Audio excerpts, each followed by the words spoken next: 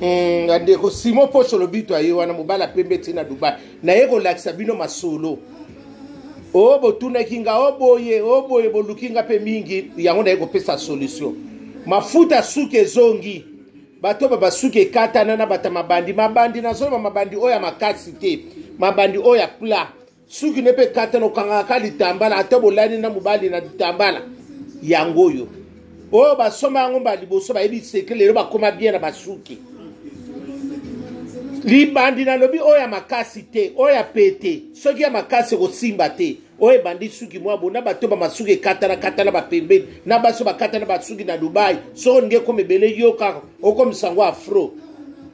eza mingi te numero yango yo 0033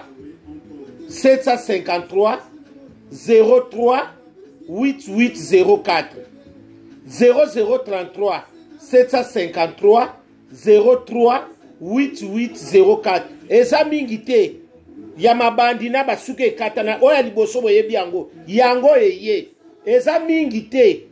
ona yoka kite te na boyi ko tuna tunange bele yango wana oyo nde mama na ngai oseka mobali no mingi mibalo bakana mwa venga muke soka kosolika bokofu mwasi bebimi mwasi ba bana atokeno zakana nini obinde bafinga mama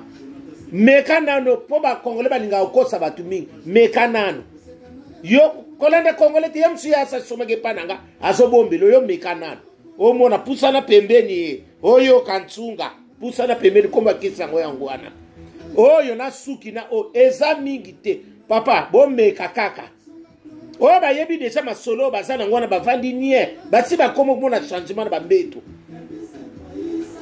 numero yango soba ko beanga eza mingi te 0033 753 038804